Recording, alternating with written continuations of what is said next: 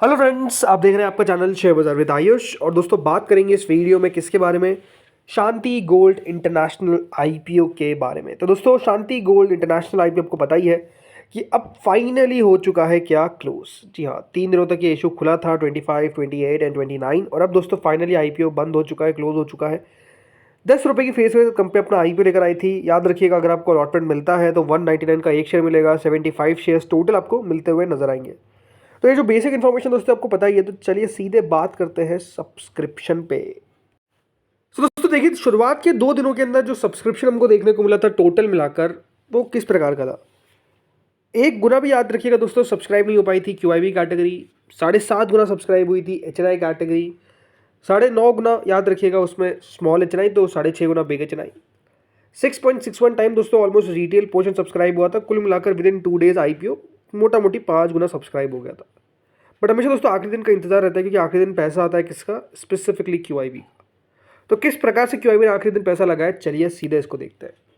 सो ये दोस्तों आपके सामने क्यूआईबी का डेटा आप देखिए। शुरुआत के 2 दिनों में जहाँ पे आईपीओ में क्यूआईबी का पैसा कुछ नहीं आया था, आखिरी दिन 117 गुना आया।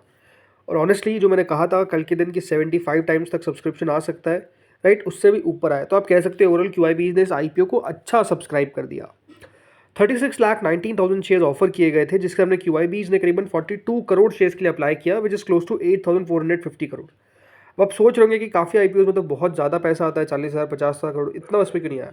देखिए, हमेशा एक बात ध्यान रखिएगा, एक साइज़ का बहुत ज़्यादा फर्क पड़ता है। अगर कोई बिग साइज आईपीओ होता है तो याद रखिएगा उसमें क्यूआईबी का पैसा भी आपको उसी रेशियो में आता हुआ दिखेगा। अगर वो 100 गुना भर रहा है तो याद रखिएगा 100 गुना में उतना पैसा होगा जो 40-50 करोड़ को पार कर गया है। वही स्मॉल आईपीओ में भी अगर आप देखेंगे तो मेजरली ऐसा होता है कि 100 गुना तक सब्सक्राइब हो जाता है। बहुत बार देखिए स्मॉल आईपीओ में म्यूचुअल फंड्स नहीं आते। अब एक बार हम डिटेल सब्सक्रिप्शन देखते हैं क्यूआईबी का कि किस किस ने अप्लाई किया है। तो ये आपके सामने डेटा है। जैसे मैंने बताया कि देखिए 42 करोड़ शेयर अप्लाई किए गए।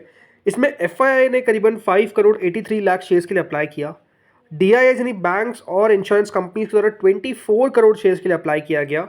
म्यूचुअल फंड्स देखिए इंटरेस्टिंग बात है कि सिर्फ 14,400 शेयर्स, मतलब जो मैंने आपको कल भी कहा था कि देखिए हो सकता है कि म्यूचुअल फंड्स की तरफ से उतना पैसा ना आए। और क्लियरली दोस्तों म्यूचुअल फंड्स इस आईपीओ में उतना इंटरेस्टेड नहीं थे। रीजन क्या है? आईपीओ का साइज।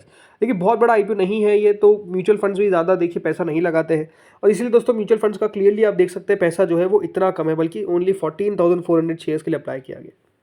इसके अलावा जो अदर्स कैटेगरी आती है उसने करीबन 11 करोड़ 78 लाख शेयर्स के लिए अप्लाई किया। यानी एक बात क्लियर है कि देखिए कल मैंने कहा था कि डीआईएस आगे रहेंगे, वही रहे, फिर अदर्स आगे रहे, फिर दोस्तों अगर आप देखेंगे यहाँ पर एफआई आते हैं और फिर आते हैं म्यूचुअल फंड, राइट। तो म्यूचुअल फंड आखिर में आपको आते हुए देखने को मिले, और उसके पीछे का रीज़न क्या है कि म्यूचुअल फंड दोस्तों स्मॉल आईपीओ से थोड़ा सा दूर रहते हैं।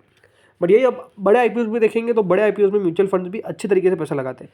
याद रखिएगा हमेशा एफआई या फिर डीआईआई सबसे आगे रहेंगे। डीआईएस को भी मैं कहूँगा बीट करना बहुत मुश्किल है। 3rd नंबर पे म्यूचुअल फंड्स आ सकते हैं या फिर 4th नंबर पे, ज़्यादातर चांसेस वही रहता है, राइट। तो म्यूचुअल फंड्स याद रखिएगा मेजरली आईपीओज में उतना ज़्यादा एग्रेसिवली पैसा नहीं लगाते जितना याद रखिएगा बैंक्स, इंश्योरेंस कंपनीज, एफआईएस पैसा लगाते हैं। But on and all overall subscription जो आता हुआ देखने को मिला है क्यूआईबी कैटेगरी के अंदर, वो बहुत बढ़िया है, इसमें कोई दोहराए नहीं है। तो ये तो दोस्तों बात हो गई क्यूआईबी की। अब आते हैं एचएनआई पोर्शन पे। तो देखिए एचएनआई पोर्शन कुल मिलाकर सब्सक्राइब होता हुआ दिखा है 151 टाइम्स। इसका मतलब ये है कि 27 लाख शेयर के सामने 41 करोड़ शेयर के लिए अप्लाई किया गया, विच इज 8,165 करोड़। अब यहाँ पर सवाल उठता है कि बिग एचएनआई स्मॉल एचएनआई ने कितना अप्लाई किया और अलॉटमेंट के चांसेस क्या बनेंगे। तो शुरुआत बिग एचएनआई से करते हैं। 173 टाइम दोस्तों बिग एचएनआई पोर्शन सब्सक्राइब होता हुआ दिखता है। इसका मतलब ये है कि 18 लाख शेयर के सामने करीबन 31 करोड़ शेयर के लिए अप्लाई किया गया बिग एचएनआई के द्वारा।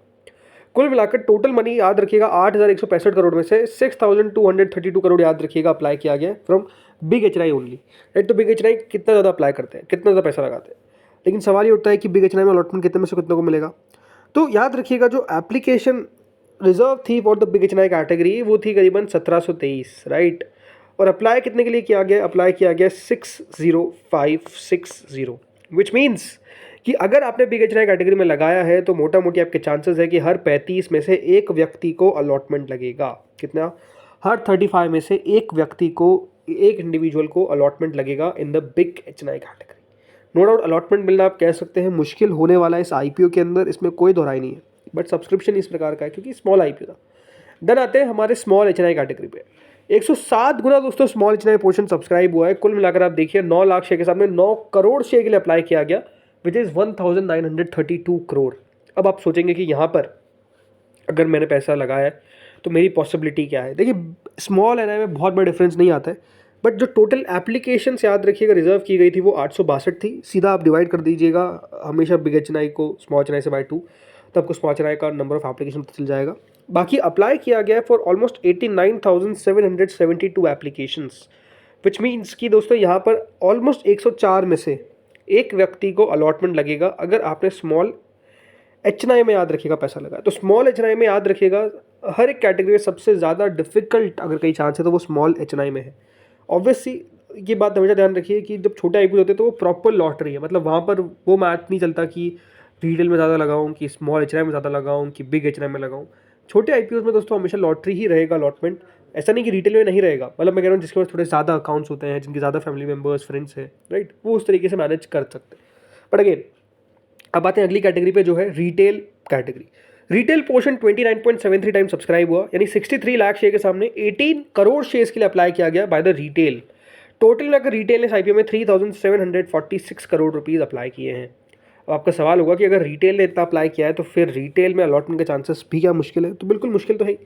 29.73 टाइम दोस्तों सब्सक्रिप्शन हमको आता हुआ देखने को मिला है। 84,448 applications were reserve for the retail category, but apply किया गया है फॉर ऑलमोस्ट 21,64,000, कितना 21,64,000, ऑलमोस्ट 869, राइट। इतना एप्लीकेशन के लिए अप्लाई किया गया, विच टेल्स कि अगर रिटेल में आपने अपनी एप्लीकेशन लगाई है तो रिटेल में अलॉटमेंट के चांसेस रहेंगे ऑलमोस्ट 25.6 के आसपास में एक। इस तरीके से दोस्तों याद रखिएगा अलॉटमेंट के चांसेस बनने वाले इस आईपीओ में। यानी ओवरऑल बात बताने वाली क्या है कि allotment no doubt is going to be difficult in this IPO. Reason क्या है? Small size. टोटल 80 टाइम्स याद रखिएगा ये आईपीओ सब्सक्राइब हुआ। कंपनी को दोस्तों करीबन 20,362 करोड़ रुपए मिलते हुए देखने को मिले, विच टेल्स की बहुत अच्छा रिस्पॉन्स कंपनी को मिलता हुआ नजर आया फ्रॉम ऑल द कैटेगरीज। लेकिन अब यहाँ पर अलॉटमेंट की बात करते हैं। तो अलॉटमेंट हमने ये तो देख लिया कि दोस्तों कितने में से कितनों को मिलेगा। याद रखिएगा इस आईपीओ का अलॉटमेंट स्टेटस कब आएगा। सो अलॉटमेंट इस आईपीओ का दोस्तों आ जाएगा कल ही के दिन। जी हाँ, कल ही के दिन इस आईपीओ का अलॉटमेंट आपको पता चलेगा। याद रखिएगा 30 तारीख है कल, वेडनेसडे, और 30 तारीख को ये अलॉटमेंट आ जाएगा। बल्कि लिस्टिंग भी याद रखिएगा आपको इसी हफ्ते देखने को मिलेगी इस आईपीओ की, विच इज़ ऑन 1 अगस्त। तो पहली तारीख को लिस्टिंग, 30 तारीख को अलॉटमेंट। इस तरीके से ये आईपीओ याद रखिएगा ओवरऑल रहने वाला है। अलॉटमेंट आउट होगा ऑन बिग शेयर सर्विसेज, जिसपे आपने कल जीएनजी का अलॉटमेंट देखा, उसी वेबसाइट पे याद रखिएगा इस आईपीओ का भी अलॉटमेंट आएगा on big share services private limited. बाकी अब ग्रे मार्केट की अगर चर्चा करें तो जीएमपी दोस्तों 37 रुपीज़ के आसपास चल रही है, विच इज़ 18.59%। बढ़िया ग्रे मार्केट है, मतलब कोई दिक्कत वाली बात नहीं है। बस सवाल यही है कि इतने ऊपर ये लिस्ट हो जाए, वो अपने आप में इंपॉर्टेंट बात है। वैसे लिस्टिंग देखिए होने के चांसेस पूरे पूरे, इसमें कोई दोहराए नहीं है। तो दोस्तों इस वीडियो में इतना ही था। होपफुली वीडियो बढ़िया लगा होगा। अगर आपको अच्छा लगा तो लाइक करना, चैनल से पहली बार जुड़े सब्सक्राइब करना। Thank you friends for watching this video.